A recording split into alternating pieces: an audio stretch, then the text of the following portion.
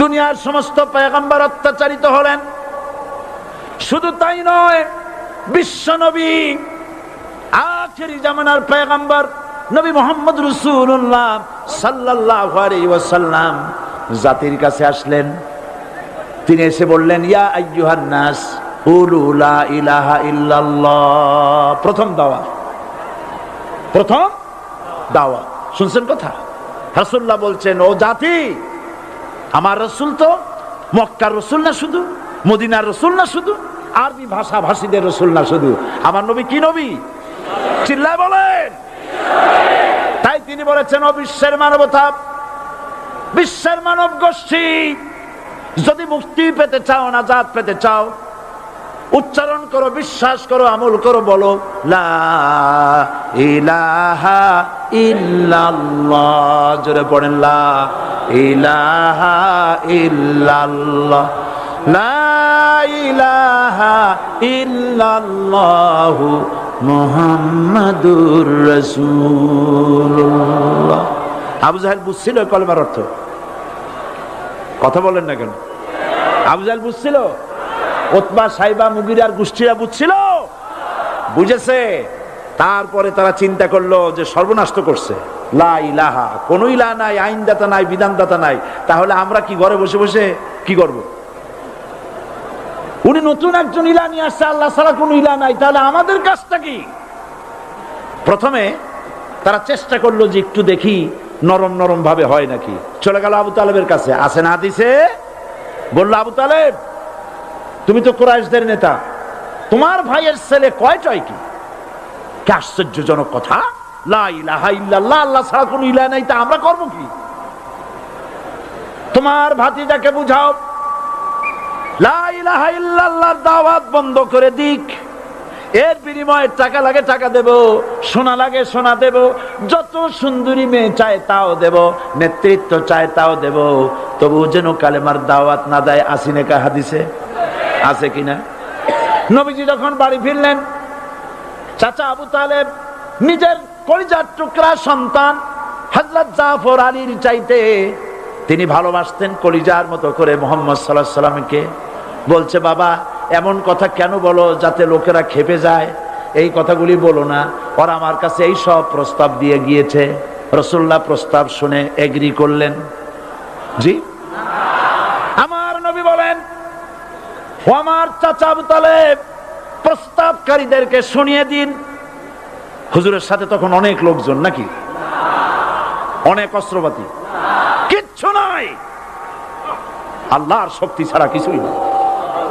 আমার নবী বলেন, ও আমার চাচা আবু তালেব, প্রস্তাবকারীদেরকে শুনিয়ে দেন, যেটা দেওয়া সম্ভব সেটা তো দূরের কথা, যেটা দেওয়া সম্ভব নয় তাও যদি তারা দিতে পারে আমারে, যেমন আকাশের সূর্যটা ধরে এনে ওরা যদি আমার ডান হাতে তুলে দেয়, আকাশের পূর্ণিমার চাঁদটা ধরে যদি বাম হাতে আমার তুলে দেয়, এর বিনিময়ে এক মুহূর্তের জন্য তাওহীদের দাওয়াত আমি বন্ধ করে দেব না। সুবহানাল্লাহ। রাসূল করিম সাল্লাল্লাহু আলাইহি ওয়াসাল্লাম তাদের এই প্রস্তাবকে যখন গ্রহণ করলো না, কাফেরেরা বুঝলো। আমি আগেই বলেছি, তিন শ্রেণীর লোক বাধা দিয়েছে। কয় শ্রেণী? প্রথম শ্রেণী কি? রাষ্ট্র শক্তি, তাদের হাতে অস্ত্রপাতি তো খুব শক্তি, আর যারা একবার ক্ষমতায় যায় ওরা মনে করে এই ক্ষমতা থেকে আমাদেরকে কেউ নামাইতে পারবে না। বিংশ শতকের শ্রেষ্ঠ মুজাদ্দিদ আল্লামা সৈয়দ আবু দাদা মওদুদী রাহমাতুল্লাহ আলাইহি তিনি এক জায়গায় লিখেছেন, স্বৈরাচারীরা তার পতনের সমস্ত ছিদ্র বন্ধ করে, কিন্তু একটা ছিদ্র বন্ধ করতে পারে না, মনের ভুলে সে ছিদ্রটা থেকেই যায়, যেই ছিদ্র দিয়ে আসলে তার পতনটা হবে। ক্ষমতায় গিয়ে মনে করে চিরকাল ক্ষমতায় থাকবো। ভারতের প্রধানমন্ত্রী পণ্ডিত জওয়াহরলাল নেহেরু রাঁচি পাগলাগারদে গিয়েছেন, মেন্টাল হসপিটাল। পাগলেরা নেহেরুকে দেখে আশ্চর্য হয়ে গেছে, এত সুন্দর মানুষ, মাথায় কিস্তি টুপি, গায়ে শেরওয়ানি, মুসলমানি ড্রেসই আলাদা, যদিও তিনি হিন্দু ছিলেন, পরেছেন মুসলমানি ড্রেস। শেরওয়ানি কাদের পোশাক? কাদের পোশাক? হাতে ছড়ি নিয়ে হাঁটা, স্টাইল করে, সুন্দর পাজামা, সুন্দর টুপি, সুন্দর সাজসজ্জা করে মুসলমানদের ড্রেস। এই ড্রেস পরে তিনি গিয়েছেন, সবসময় যে ড্রেস তিনি পরতেন।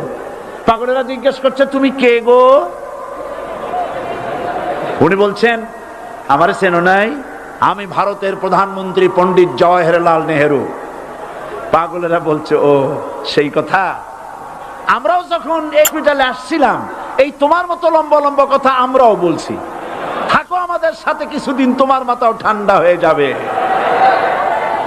ক্ষমতায় যারা থাকে, ক্ষমতার মোহে চতুর্দিকে অন্ধকার দেখে, মনে করে আমার পতন আর হবে না।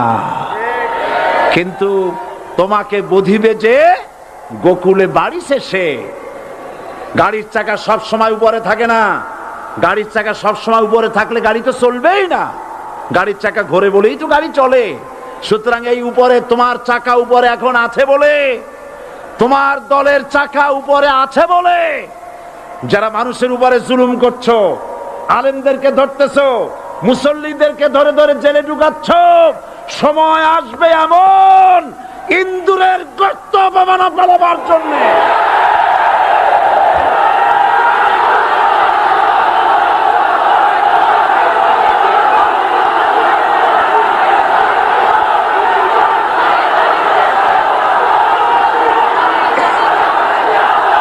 আবু জাহেলের গোষ্ঠী, আবু জাহেলের গোষ্ঠী মনে করেছে সোজা আঙ্গুলে ঘি যখন উঠলো না, আঙ্গুল বাঁকা করতে হবে। শুরু হয়ে গেল অত্যাচার। শুরু হয়েছে না? হযরত সুমাইয়া রাদিয়াল্লাহু তাআলা আনহা কি নির্মম ভাবে, নিষ্ঠুর ভাবে তাকে শহীদ করা হলো। খাব্বাব, হুবাইব, হযরত খাব্বাব রাদিয়াল্লাহু তাআলা আনহুকে দেখে হযরত ওমর একদিন বলছিলেন, খাব্বাব, তোমার পিঠে এত গর্ত কেন? এত গর্তওয়ালা পিঠ আর এত চিকুন কোমর আমি তো জীবনেও দেখিনি। হযরত খাব্বাব বলেছেন, ওমর জানো না, ইসলাম কবুল করার অপরাধে, কালেমা পড়ার অপরাধে কাফির বেঈমানেরা আমাকে মারধর করেছে। যখন আমি তাদের মারে কালেমা ছাড়ি নাই, তখন আগুন জ্বালায়া আগুনের আংটার উপরে, আংটা আগুনের উপরে আমাকে চিৎ করে শোয়ায়া, আমি যেন নড়াচড়া করতে না পারি সেজন্য আমার বুকের উপরে পাথর চাপা দিয়ে রেখেছে। আগুনে গোশত পুড়ে পুড়ে আগুন ভিতরে ঢুকেছে, গায়ের রক্ত আর চর্বি গলে গলে পড়ে আগুনগুলো নিবেছে। ওই পিঠে যে গর্ত হয়েছে আজও পর্যন্ত সেই গর্ত মিটে যায় নাই। হযরত খাব্বাব রাদিয়াল্লাহু তাআলা আনহু বলছেন, বুখারী শরীফে হাদিসে ভাবে এসেছে, ওয়ান খাব্বাব বিন আরিত রাদিয়াল্লাহু তাআলা আনহু আন্নাহু ক্বাল শাকাউনা ইলা রাসূলিল্লাহ সাল্লাল্লাহু আলাইহি ওয়াসাল্লাম ওয়া হুয়া মুতাওয়াসসাদুন বুরদাতুন লাহু ফি জিল্লিল কাবা। আমি গেলাম রাসূলুল্লাহর কাছে, যে দেখি হুজুর বাইতুল্লাহ শরীফের ছায়ায় আরাম ফরমাচ্ছেন। আমি কাছে গিয়ে বললাম, আলা তাস্তানসিরু লানা, আলা তাদউ লানা ইয়া রাসূলুল্লাহ। হে রাসূল, আপনি কি আমাদের জন্য দোয়া করবেন না? আপনি কি আমাদের জন্য আল্লাহর কাছে সাহায্য প্রার্থনা করবেন না? মার খেয়ে খেয়ে তো শেষ হয়ে গেলাম। শুনতেছেন আপনারা? আল্লাহর নবী উঠে বসলেন, বললেন, খাব্বাব শোনো, তোমাদের আগে যারা এই পৃথিবীতে এসেছিলেন দ্বীনের দাওয়াত দেওয়ার জন্য, সমকালীন রাষ্ট্র শক্তি তাদেরকে ধরতো, ফায়ুখাজুর রাজুলু ফায়ুহফারু লাহু ফিল আরদ, তার জন্য তারে ধরে নিয়া মাটির মধ্যে গর্ত করত, ফায়ুজআলু ফিহা, এরপরে সেই গর্তের ভিতরে তাকে কোমর পর্যন্ত গেড়ে দিত। সুম্মা ইউতা বিল মানশার, এরপরে করাত আনা হতো, ফায়ুদাউ আলা রাসিহি, এরপরে করাতটা মাথার উপরে রাখা হতো, ফায়ুজআলু নিসফাইন, এরপরে করাত দিয়া চিরে চিরে জীবিত মানুষটাকে দ্বিখণ্ডিত করে ফেলে দিত। মা ইয়াসুদ্দুহু যালিকা আন দীনি, এত কষ্ট দেওয়ার পরেও, এত জুলুম করার পরেও দ্বীনের দায়ীদেরকে এক চুল পরিমাণ আল্লাহর রাস্তা থেকে তারা সরাই দিতে পারে নাই। ওয়াল্লাহি, ও খাব্বাব, আমি আমার আল্লাহর নামে কসম করি। ও মুসলমান, কে কসম করতেছে? আল্লাহ রাসূল। আমি আমার আল্লাহর নামে কসম করি, ওয়াল্লাহি লা ইউতাম্মান্নাল্লাহু হাযাল আমর হাত্তা ইয়াসির রাকিবু মিন সানা ইলা হাজরামাউত। সেদিন বেশি দূরে নয়, ইয়েমেনের রাজধানী সানা থেকে শুরু করে সৌদি আরবের হাজরামাউত পর্যন্ত হাজার হাজার মাইল এই দীর্ঘ পথে যুবতী নারী তার সৌন্দর্যের পশ্চা নিয়া, আর ধনাঢ্য ব্যক্তিরা, সওদাগরেরা তাদের টাকা পয়সা নিয়া একাকে নিয়ে অথবা দলবদ্ধ ভাবে মানুষেরা যাতায়াত করবে। লা ইয়াখাফু ইল্লাল্লাহ, মানুষের মনের মধ্যে কোনো ভয় থাকবে না। এমন একটা সময় আসবে, ওয়ালাকিন্নাকুম তাস্তাজিলুন, অথচ তোমরা বড্ড তাড়াহুড়ো করছো। তাড়াহুড়ো করো না, অপেক্ষা করো, ধৈর্য ধরো, মার খাও, জেলে যাও, শহীদ হও, আল্লাহর রাজ কায়েম হবেই হবে।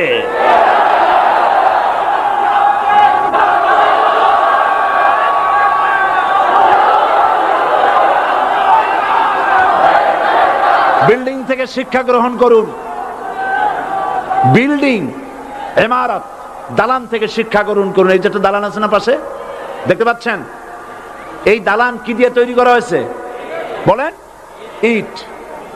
সমস্ত ইটেরা যদি ধর্মঘট করত, আমরা কেউ মাটির তলায় যাব না, কেউ আমরা আগুনে পুড়ে ঝামা হব না, পিক হব না, কেউ আমরা টুকরা টুকরা হব না, সবাই থাকবো উপরে উপরে, তাহলে কি দালান হইতো নাকি?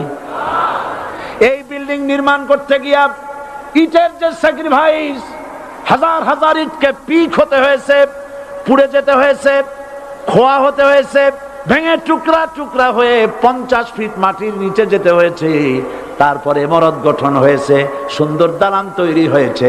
যারা ইসলামী শাসন চান, আল্লাহর দ্বীনকে বিজয়ী দেখতে চান, তাদেরকে অসংখ্য মানুষকে পোড়া ইটের মতো জেলখানায় পুড়ে পুড়ে মরতে হবে।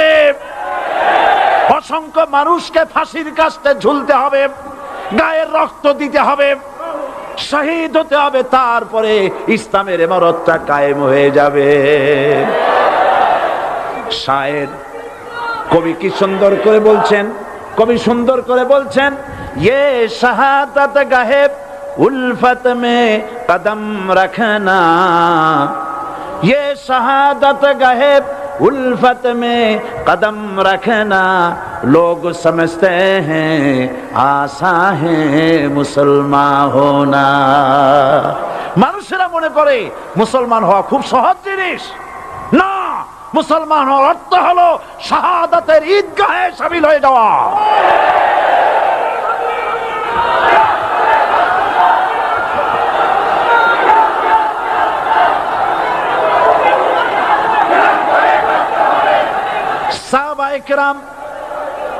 সাহাবায়ে কেরাম মার খেলেন, এবার স্বয়ং আল্লাহর নবীর গায়ে হাত তুলল। আবু জাহেল এসে হুজুরকে মারলেন, গলায় চাদর দিয়া এমন জোরে টান মেরেছে, রাসূলুল্লাহ পড়ে গিয়েছেন। হাদিসে এসেছে হুজুরের চোখ মোবারক ঠিকরে পড়ে যেতেছে, চেহারা মোবারক লাল হয়ে গিয়েছে, জমিনের উপর আছাড় মেরে ফেলেছে। রাসূলের এই অবস্থা দেখে হযরত হামজা তখনও কাফের ছিলেন, শিকার থেকে এসে তিনি এই দৃশ্য দেখলেন, দাসীর মুখে শুনলেন, ছুটে চলে গেলেন আবু জাহেলের বাড়িতে। যায় বলে, আবু জাহেল রে, তুই মুহাম্মদ সাল্লাল্লাহু আলাইহি ওয়াসাল্লাম মেরেছিস, বল কেন মারলি? এমন ভালো মানুষ তো জীবনে চোখে দেখি নাই, যিনি কোনো মিথ্যা কথা বলেন না, ভালো ভালো কথা বলেন, এক আল্লাহর গোলামি করার জন্য বলেন। এই সব ভালো কথা বলার জন্যই তুই তারে মারলি নাকি? আরে আবু জাহেল, তুই কি মনে করছিস মুহাম্মদ সাল্লাল্লাহু আলাইহি ওয়াসাল্লাম তার পিতা আব্দুল্লাহ মারা গেছে বলে মুহাম্মদ সাল্লাল্লাহু আলাইহি ওয়াসাল্লাম এতিম হয়ে গেছে মনে করেছিস নাকি? জেনে রাখ, মুহাম্মদ সাল্লাল্লাহু আলাইহি ওয়াসাল্লামের পিতা আব্দুল্লাহ মারা গেছে, কিন্তু চাচা হামজা তো মরে যায় নাই।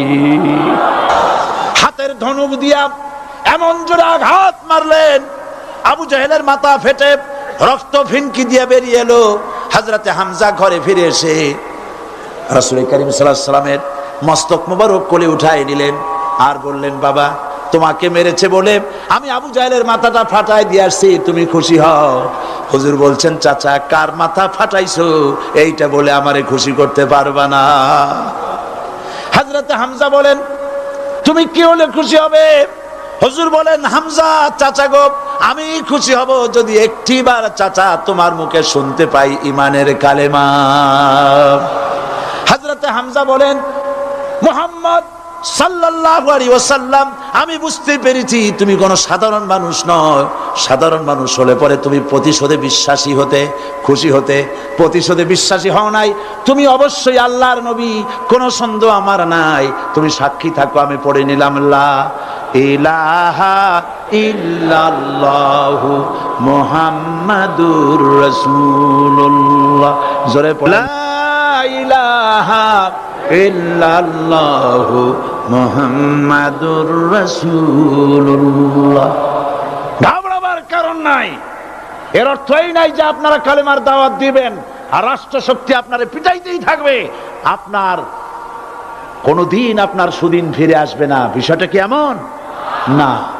আমার আল্লাহর ওয়াদা শুনুন, ওয়ালা তাহিনু ওয়ালা তাহজানু ওয়া আনতুমুল আলাউনা ইন কুনতুম মুমিনিন। মুমিন যদি হও আমি তোমাদেরকে বিজয় দান করব। সুবহানাল্লাহ বলেন। আজ যদি আমাদের উপরে বিপদ এসে থাকে তাহলে তার একমাত্র কারণ পূর্ণাঙ্গ ঈমানের অভাব আমাদের মধ্যে রয়েছে, ঠিক কিনা? আজ পৃথিবীতে সব থেকে মার খায় কারা? চিল্লায় বলো। আলজেরিয়ায় কারা? বসনিয়ায় কারা? চেচনিয়ায় কারা? প্যালেস্টাইনে কারা? আহা, প্যালেস্টাইনের মুসলমানদেরকে মারি মেরে শেষ করে দিল। দেখছেন ছবিতে না? দেখেন না? প্যালেস্টাইনের মুসলমানদেরকে যখন মারা হচ্ছে, বাংলাদেশের প্রধানমন্ত্রী তখন আমেরিকায় ক্লিনটনের সঙ্গে কথা বলতেছেন। তিনি ক্লিনটনের কাছে তার পিতৃ হত্যার জন্য দায়ী সাজাপ্রাপ্ত 3 জন ব্যক্তিকে ফেরত চাচ্ছিলেন। আমার দৃষ্টিতে এটা কোনো অপরাধ নয়। সন্তান তার পিতার প্রতি আকর্ষণ থাকবেই। আমার আপত্তি সেখানে আপনি প্রধানমন্ত্রী শুধু শেখ পরিবারের প্রধানমন্ত্রী নন, শুধু আওয়ামী লীগের প্রধানমন্ত্রী হওয়া উচিত নয় আপনার। আপনি পৃথিবীর দ্বিতীয় বৃহত্তম বাংলাদেশের 12 কোটি মুসলমানের প্রধানমন্ত্রী। পিতৃ হত্যার আসামি ফেরত চাইলেন, কিন্তু বিল ক্লিনটনের আশ্রয় প্রশ্রয় লালিত পৃথিবীর অসভ্য জাতি সন্ত্রাসী ইহুদিরা প্যালেস্টাইনের মুসলমানদেরকে পাখির মতো গুলি করে হত্যা করছে। আপনি কেন এর জবাব চাইলেন না?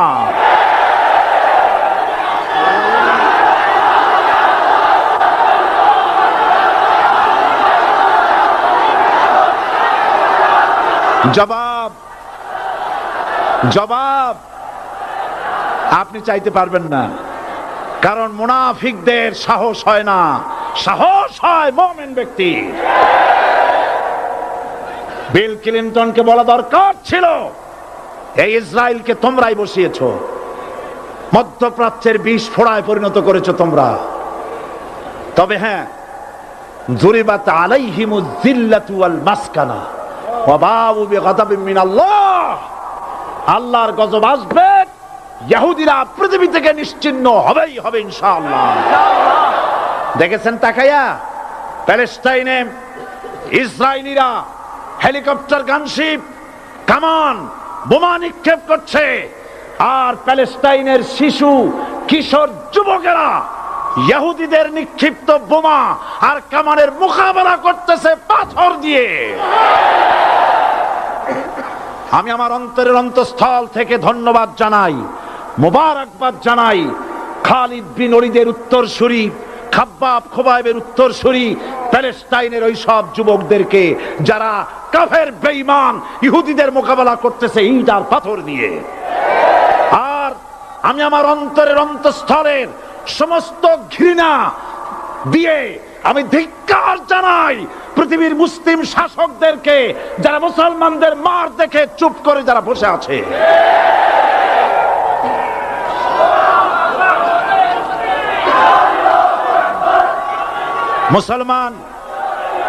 মুসলমান যদি মুসলমানের মতো হয় 10 জন যথেষ্ট। কয়জন যথেষ্ট? কোথায় আছে কথা? আল্লাহ পাক কোরআন শরীফের মধ্যে বলেছেন, একজন যদি হও ইমানদার মুত্তাকি 10 জনের উপরে বিজয়ী হবে। 10 জন যদি হও 100-র উপরে বিজয়ী হবে। 100 যদি হও 1000-এর উপরে বিজয়ী করবো। জোরে বলেন সুবহানাল্লাহ। কবি বলতেছেন, ফিজায়ে বদরে পয়দা কুন ফেরেশতে তেরি নুসরত কো উতর সকতে গর্দু সে কতর অন্দর কতর আবি। বদরের মুসলমানদের মতো ঈমান আনো, তাহলে আকাশ থেকে কাতারে কাতারে ফেরেশতা নাজিল করে দিয়ে আল্লাহ পাক তোমাদেরকে সাহায্য করবেন। সুবহানাল্লাহ। সে আল্লাহ আছে না নাই? জোরে বলেন, আছে না নাই?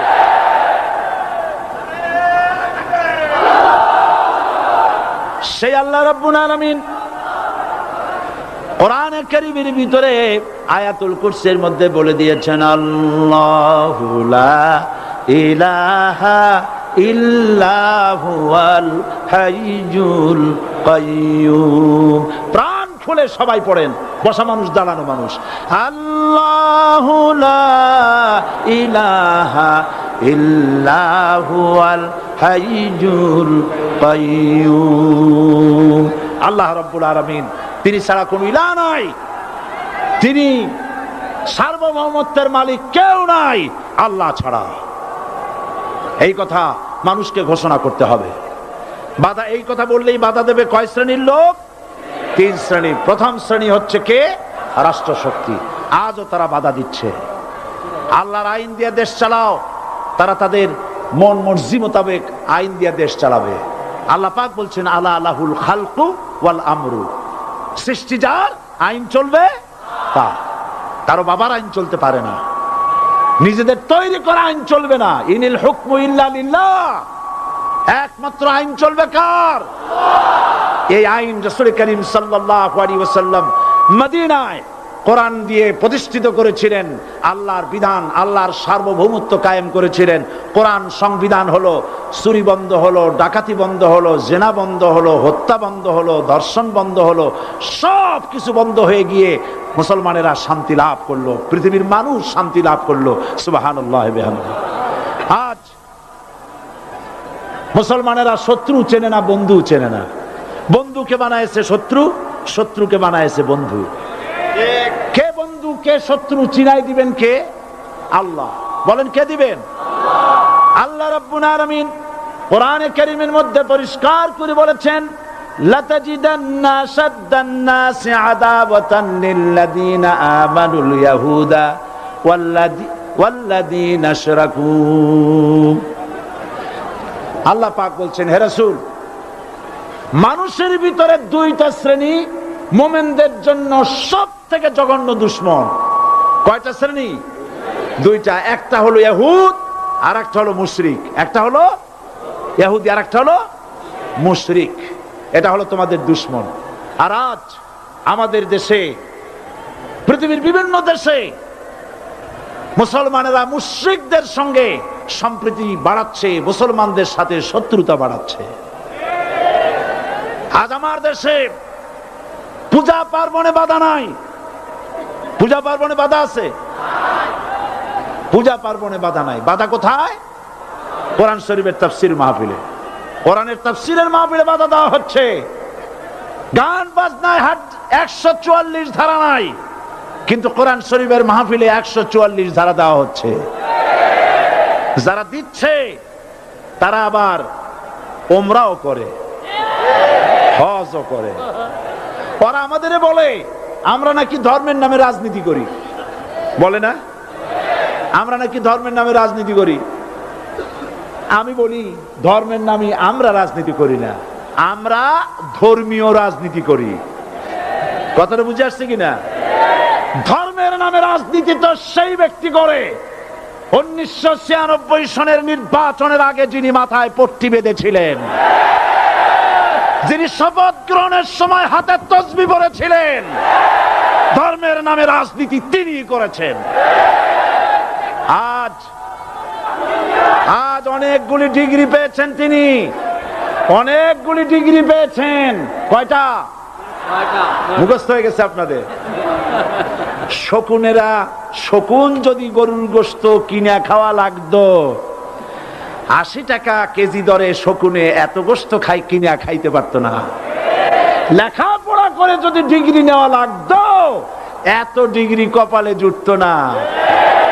পয়সা দিয়া ম্যানেজ করা ডিগ্রি, কিন্তু 9টা নিলে কি হবে? আসল ডিগ্রিটা এখনো বাকি আছে। আসল ডিগ্রি কোনটা? নির্বাচনের আগে পট্টি বেঁধে তসবিহ নিয়ে গোটা জাতিকে যে সফলভাবে প্রতারণা করতে আপনি পেরেছিলেন মহা প্রতারক হিসেবে, সেই ডিগ্রি আগামী নির্বাচনের মোক্ষম সময় জনগণ আপনার গলায় পরায় দেবে।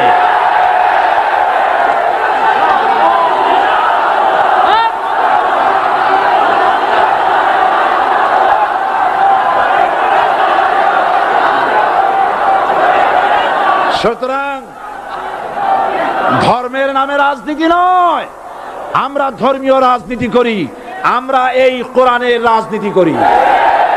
এই কোরআন নিয়ে বাঁচতে চাই, এই কোরআন নিয়ে মরতে চাই। এই কোরআন থেকে আমাদেরকে বিচ্ছিন্ন করতে চায় কাফের, বেঈমান, মুশরিকেরা। ও আমার জাতি, কোরআন থেকে যারা বিচ্ছিন্ন করতে চায়, তোমরা কি তাদের বিরুদ্ধে জিহাদের জন্য প্রস্তুত থাকবে?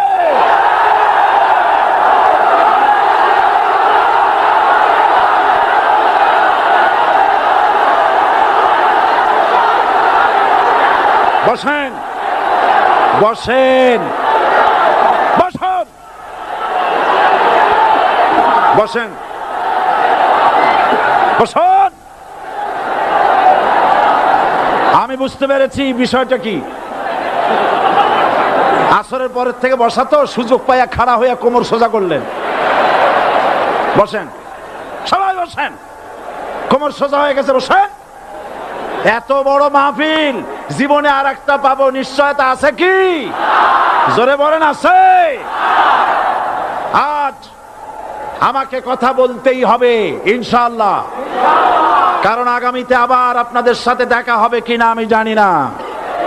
কথা বলতেই হবে। বসেন, কেউ দাঁড়িয়ে থাকবেন না। আমি দেখতে পাচ্ছি বাংলাদেশের ভাগ্য আকাশে উত্তর গগনে কালো মেঘ জমা হয়েছে। ঝড়ের পূর্বাভাস লক্ষ্য করছি। যদি মোকাবেলা করতে না পারেন সক্ষম ভাবে, এমন অন্ধকার গাঢ় কালো অমাবস্যার রাত আসতে পারে যার সুবে সাদেক হওয়া অসম্ভব। সুতরাং আপনারা কি কাপুরুষের মতো কাফের মুশরিকদের গোলামি করে মরতে চান? বিড়ালের মতো 500 বছর বেঁচে থাকার কোনো লাভ নাই। সিংহের মতো 1 ঘন্টা বাঁচতে চাই।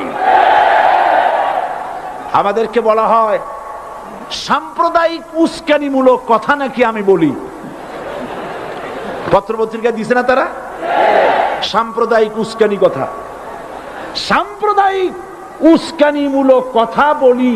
সেই জন্যই বোধহয় শত শত মুসলিম আমাদের কাছে এসে মুসলমান হয়। মানুষে আর বোকা বানানো যাবে না। যাবে কি? আর বোকা বানানো যাবে? তারপর বলছে কি? এরপরে বলছে, আমাকে বলছে রাজাকার। শুনে রাখো, চট্টগ্রামের লক্ষ লক্ষ জনতা, পার্লামেন্টে যখন আমাকে এই কথা বলা হয়েছিল, আমার পার্লামেন্টের কলিগ জাফরুল্লাহ চৌধুরী সাহেব বসে আছেন এখানে। হ্যাঁ, জাফরুল ইসলাম চৌধুরী বসে আছেন পাশে। প্রধানমন্ত্রী সুদ্ধা, অন্তত 3 শতাধিক পার্লামেন্টের সম্মানিত সদস্যরা সেদিন বসা। 1997 সনের বাজেট বক্তৃতা যখন আমি করতেছিলাম, ডক্টর কুদরতে খোদা, নাম রাখছে কুদরতে খোদা, আসলে গজবে খোদা। এই লোকটি নাস্তিক, ইসলামের চূড়ান্ত দুশমন। তার প্রণীত শিক্ষা ব্যবস্থার যখন সমালোচনা করছিলাম, ট্রেজারি বেঞ্চ থেকে আমাকে বলা হলো রাজাকার। আমি আমার সমস্ত শক্তি একত্রিত করে বলেছিলাম, শুধুমাত্র হিন্দুস্তানের রাজাকারেরাই আমাকে রাজাকার বলতে পারে। আমি বলেছিলাম 1973 সন পর্যন্ত আমি বাংলাদেশের কোন রাজনৈতিক দলের নেতা এবং কর্মী ছিলাম না। আমি রাজাকার নই। আমাকে রাজাকার বলে যদি তাকেও প্রমাণ করতে না পারে 10 কোটি টাকার মানহানি মামলা দায়ের করব। আমার এই বক্তব্য সারা দুনিয়া শুনেছে। পার্লামেন্টে আমার এই বক্তব্য রেকর্ড হয়ে আছে। সেদিন 3 শতাধিক পার্লামেন্ট মেম্বারের কেউ আমার চ্যালেঞ্জ গ্রহণ করেন নাই। যে কোনো ব্যক্তি পার্লামেন্টে গিয়ে আমার বক্তৃতা দেখে আসতে পারেন। এরপরে 1997 সনের 7ই অক্টোবর দৈনিক জনকণ্ঠ পত্রিকা যখন আমার বিরুদ্ধে লিখলো, সেই পত্রিকায় সাইদির ওপেন চ্যালেঞ্জ 8ম পাতা, 1997 7ই অক্টোবর, এত বড় 2 কলমে হেডিং। সেখানে আমি বলেছি, বাংলাদেশের সকল সাংবাদিক, গোয়েন্দা বিভাগ, বাংলাদেশের সকল বুদ্ধিজীবীকে আমি আমার পিরোজপুরে আমন্ত্রণ করছি। আমার উপস্থিতিতে যদি কেউ প্রমাণ করতে পারে বাংলাদেশের স্বাধীনতা যুদ্ধের বিরুদ্ধে আমার কোনো ভূমিকা ছিল, সজ্ঞানে স্বেচ্ছায় জাতীয় সংসদের সদস্য পদ থেকে পদত্যাগ করব। 3 বছর পার হয়ে গেছে, আজ পর্যন্ত কেউ এই চ্যালেঞ্জের মোকাবেলা করে নাই। সুতরাং আমাকে যারা রাজাকার বলবে তারা পিতৃ পরিচয়হীন অবৈধ সন্তান। 1971 সনের, শোনো মুসলমানেরা, 1971 সনের কোন কাদা সাইদির গায়ে লাগে নাই। আমাকে রাজাকার বলে জনগণ থেকে বিচ্ছিন্ন করবা, জনগণ থেকে আমারে বিচ্ছিন্ন করা যাবে না। কারণ এই জনগণ আমার জন্য আসে না, এই জনগণ আসে আল্লাহর কোরআনের জন্য।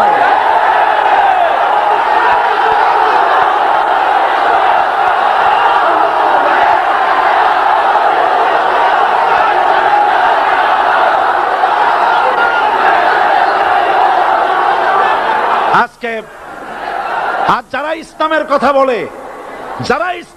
বলে, তারাই রাজাকার, তারাই মৌলবাদী। মৌলবাদী বললে আমরা অসন্তুষ্ট হই না, কারণ মৌলবাদী শব্দটা আসছে মূল থেকে। মৌল শব্দ এসেছে মূল থেকে।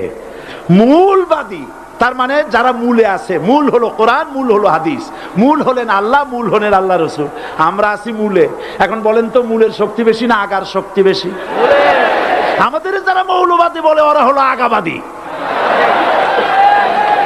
মূলে আছে কত কোটি? 12 কোটি। মূলে আছে কত কোটি?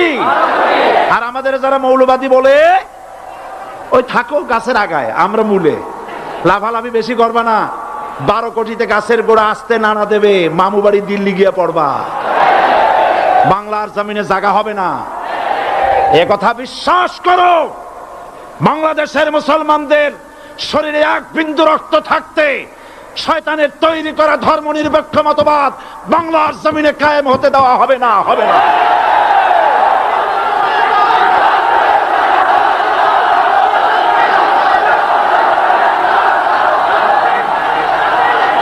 রাসূল করিম সাল্লাল্লাহু আলাইহি ওয়াসাল্লাম কোরআন প্রতিষ্ঠার জন্য আন্দোলন করেছিলেন। আয়াতুল কুরসি আমাদের সে কথাই শিখেছে। আল্লাহ রাব্বুল আলামিন বলেন, আল্লাহু লা ইলাহা ইল্লা হুয়াল হাইয়ুল কাইয়্যুম। প্রাণ খুলে পড়েন, আল্লাহু লা ইলাহা ইল্লা হুয়াল হাইয়ুল কাইয়্যুম। আল্লাহ হচ্ছেন তিনি, যিনি ছাড়া কোনো ইলাহ নাই, আইনদাতা নাই, বিধানদাতা নাই। আমরা মানুষের তৈরি করা আইন মানি না। 12 কোটি মুসলমানের দেশে আইন তৈরি করবে মানুষ, আমরা মানব না। পার্লামেন্টে তৈরি হতে হবে কোরআন দিয়ে, পার্লামেন্টে আইন তৈরি হতে হবে কোরআন দিয়ে। সুতরাং ভয় যতই পান, আর যতই ষড়যন্ত্র করেন, চার দল যখন একত্রিত হয়েছে, ঐক্যবদ্ধ থাকবে, সরকার ঐক্যবদ্ধভাবে গঠন হবে, নির্বাচন ঐক্যবদ্ধভাবে হবে এবং কোরআন হবে, আল কোরআনের পার্লামেন্ট হবে বাংলাদেশে।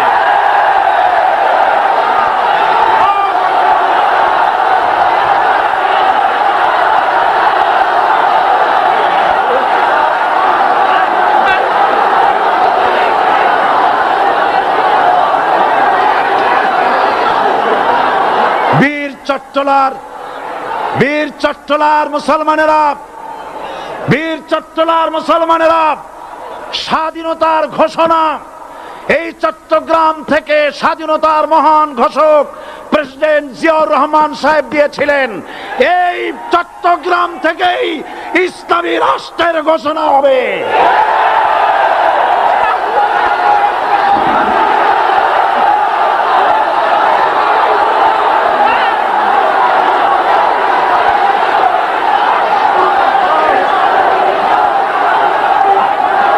আশাবাদী আপনারা অবশ্যই তা পারবেন। আমি 100% বিশ্বাস করি ইনশাআল্লাহ।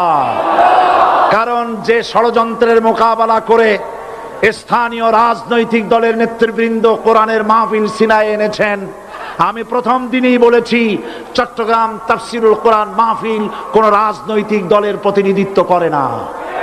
এটা কোন জামাত শিবিরের একক সম্পদ নয়, এটা চট্টগ্রামের মুসলমানদের কলিজার টুকরা তাফসিরের মাহফিল। সুতরাং এই মাহফিল চট্টগ্রামে থাকবে ইনশাআল্লাহ কিয়ামত পর্যন্ত। 144 ধারা 288 হয়ে গেছে, ষড়যন্ত্র পায় পায় চলে গেছে। আমি ওই সব ছেলেদের বলি, সরকারি দলের ছাত্র হইয়া মুসলমানদের বিপক্ষে যাইও না। এদেশের ভাগ হয়ে গেছে দুটো শিবির, বোঝাই যাচ্ছে। একদিকে ভারতের পা চাটা গোলাম নাস্তিক মোরতাদ শ্রেণীর বুদ্ধিজীবী এবং তাদের মদতপুষ্ট সরকার, আর একদিকে ইসলামী শক্তি, ইসলামী দল আর দেশ প্রেমিক জাতীয়তাবাদী শক্তি। একদিকে হিমালয় পাহাড় আর একদিকে সূচো ইঁদুর। আল্লাহ বিজয় দেবে মুসলমানদের। কাদের বিজয় হবে? বাংলাদেশে কোরআনের রাজ কায়েম হোক, তাকে আপনারা চান? কারা কারা চান দু হাত উঁচু করে দেখান। দাঁড়াবেন না।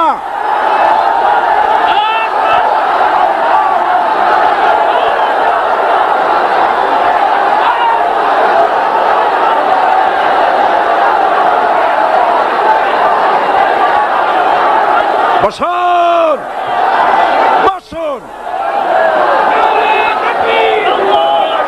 আবার বসুন। জোরে সরে জিকির করেন লা ইলাহা, আরো জোরে লা ইলাহা, লা ইলাহা,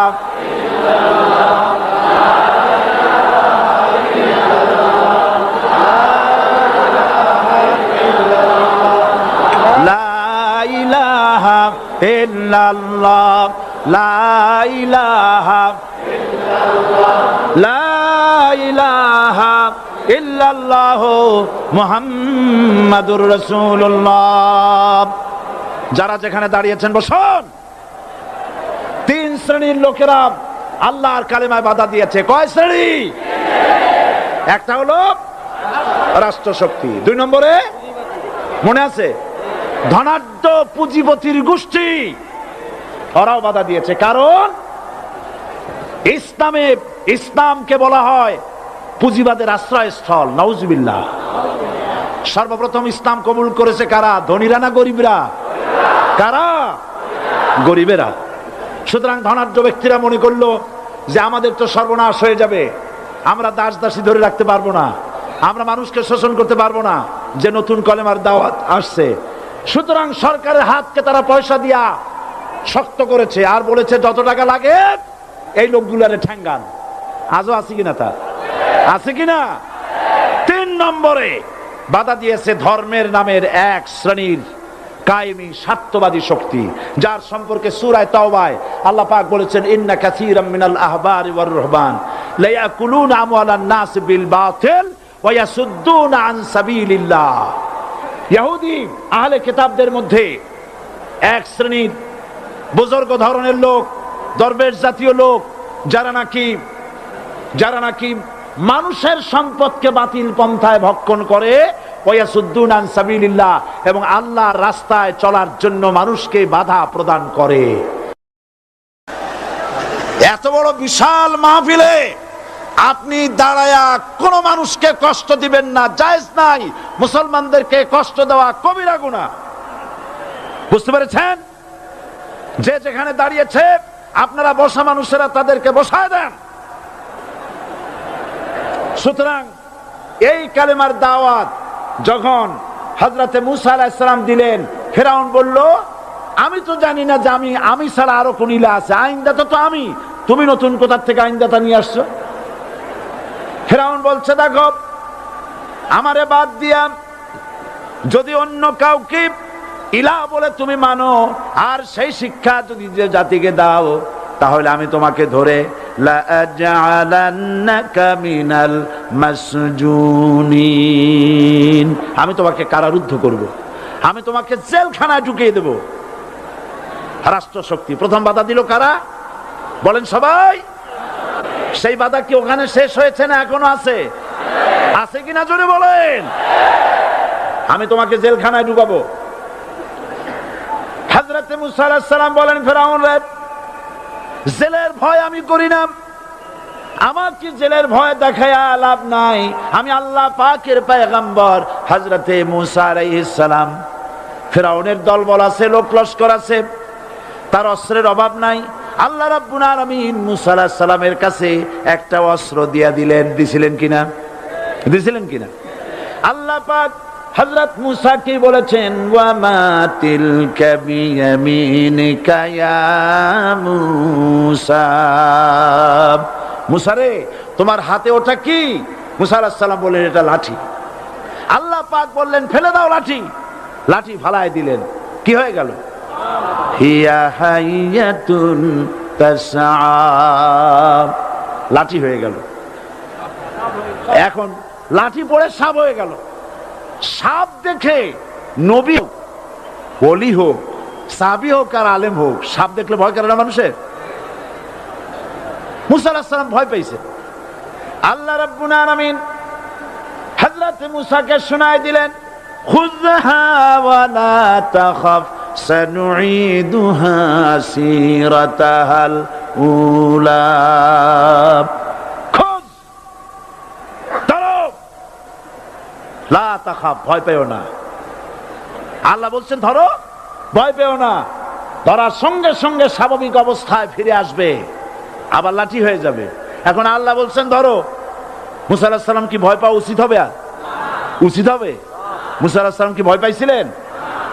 কারণ হচ্ছে এই দুশমনের শক্তিটা খুব বড়ই দেখা যায়, মনে হয় যেন অনেক বড় কি জানি কি। আল্লাহ পাক বলছেন ইন্না কাইদাশ শায়তানে কানা দাঈফা, শয়তানের চক্রান্ত যতই তুমি মনে করো অনেক ষড়যন্ত্রের জাল বিস্তার হয়ে আছে, আল্লাহ কয় কিছুই না, দাঈফা অত্যন্ত দুর্বল। আল্লাহ পাক বললেন ধরো। মুসা আলাইহিস সালাম সাপ ধরলেন, সঙ্গে সঙ্গে লাঠি হয়ে গেল। ফিরআউন বরদাস্ত করলো না, রাষ্ট্রশক্তির পক্ষ থেকে আক্রমণ শুরু হলো। অপরাধ কি? মুসা আলাইহিস সালামের অপরাধ কি? কি অপরাধ? মাশাআল্লাহ, বুঝতে পেরেছেন। অপরাধ হচ্ছে তিনি বলেছেন লা ইলাহা, জোরে বলেন লা ইলাহা ইল্লাল্লাহ। এই কালেমাকে আজ আমরা ভিক্ষার বুলি বানাইছি। এটা হলো সার্বভৌমত্বের বুলি, এটা হচ্ছে আল্লাহ পাকের সার্বভৌমত্বের কথা। আজ আমরা মানুষের কাছে আমরা শুনি, মানুষেরা ভিক্ষা চায়, লা ইলাহা ইল্লাল্লাহ, এক মুঠ চাউল দেন, লা ইলাহা ইল্লাল্লাহ 10 খান পাই দেন। এই হচ্ছে কালেমার জিকির। আবার কেউ কেউ জিকির করতেছে লা ইলাহা আস্তে, ইল্লাল্লাহ জোরে, এমন জোরে কলব সাফ করে, কলব তাতে থাকলেও পারে গেলেও পারে। এই কালেমার জার, এর আঘাত পয়গম্বররা মেরেছেন। হযরতে মূসা আলাইহিস সালাম যখন বলেছেন লা ইলাহা ইল্লাল্লাহ, এই ধাক্কা ফেরাউন বরদাস্ত করতে পারে নাই। দরিয়ায় নীলের ভিতরে আল্লাহ পাক ডুবাইয়ে শেষ করে দিয়েছেন, দেন নাই? হযরতে মূসা আলাইহিস সালাম তার উম্মতেরা দরিয়ার পাশে বসে দ্বীনি কথাবার্তা বলতেছেন। এমন সময় ফেরাউন, তার শত্রু হচ্ছে মূসা আলাইহিস সালাম। শত্রু কেন? মূসা কি ফেরাউনের পাকা ধানে মই দিয়েছে নাকি? বলেন আপনারা। তার হালের গরু পিটায় মারছে নাকি? অপরাধ হলো তিনি আল্লাহর জমিনে আল্লাহর আইন প্রতিষ্ঠার কথা বলেছেন। এই শুধুমাত্র এই অপরাধে ফেরাউন তার দলবল নিয়ে 3 দিক থেকে আক্রমণ করেছে। মূসা আলাইহিস সালামের উম্মতেরা ভয় পেয়ে গেছেন। তারা বলছেন ইন্না লামুদরাকুন, আমরা পাকড়াও হয়ে গেছি। 3 দিকে সাড়াশি আক্রমণ, 3 দিকে শত্রু, একদিকে দরিয়া, পালাবার রাস্তা আছে? হযরত মূসা আলাইহিস সালাম ভয় পেয়ে গেলেন, সারেন্ডার করলেন না।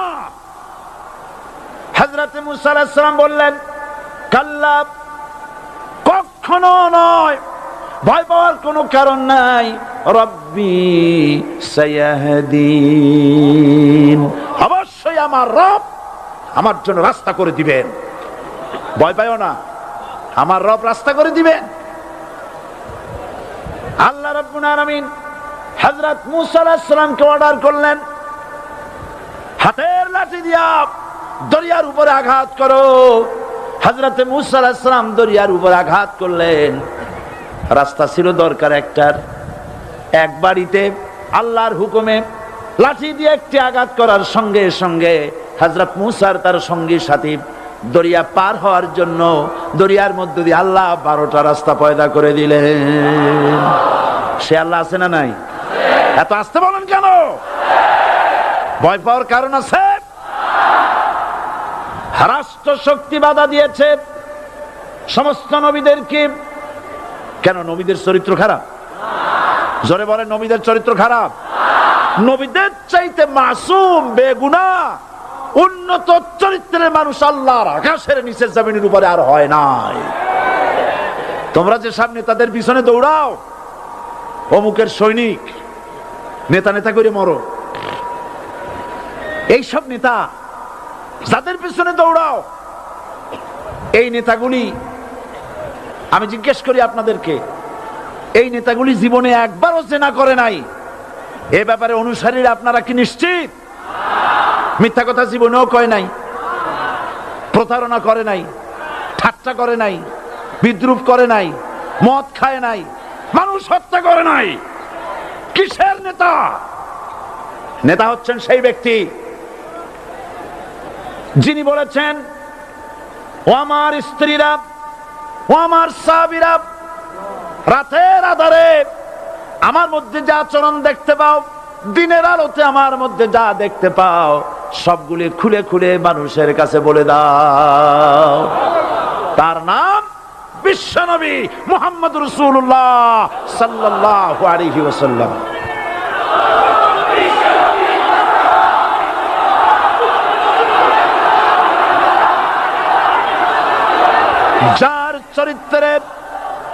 যার চরিত্রের সার্টিফিকেট আল্লাহ রাব্বুল আলামিন নিজে দিচ্ছেন, ওয়া ইন্নাকা লাআলা খুলুকিন আযীম। নবী হে, উন্নত চরিত্রের উপরে আপনি প্রতিষ্ঠিত। সুবহানাল্লাহ। কে সার্টিফিকেট দিচ্ছেন? আযীম, আযীম। আরবিতে চওড়াকে বলা হয় আরিদ, গভীরতাকে বলা হয় আমিক। কত প্রশস্ত, যা মাপার কোনো ফিতা নাই, কত গভীর, যা মাপার কোনো যন্ত্র নাই, এইটাকে আরবিতে বলা হয় আজিম। সুবহানাল্লাহ বলতে ইচ্ছে করে না? ও নবী, তোমার চরিত্র এমন যা মাপার মতো যন্ত্র পৃথিবীতে নাই। এই সার্টিফিকেট দিলেন কে? সমস্ত নবীরাই চরিত্রবান, নবীরা মাসুম বেগুনাহ। সুবহানাল্লাহ বিহামদিহি। সেই নবীরা মার খান নাই? খেয়েছেন কিনা বলেন? কারা মেরেছে? রাষ্ট্র শক্তি। কারো মেরেছে? কারণ নবীরা বলেছেন লা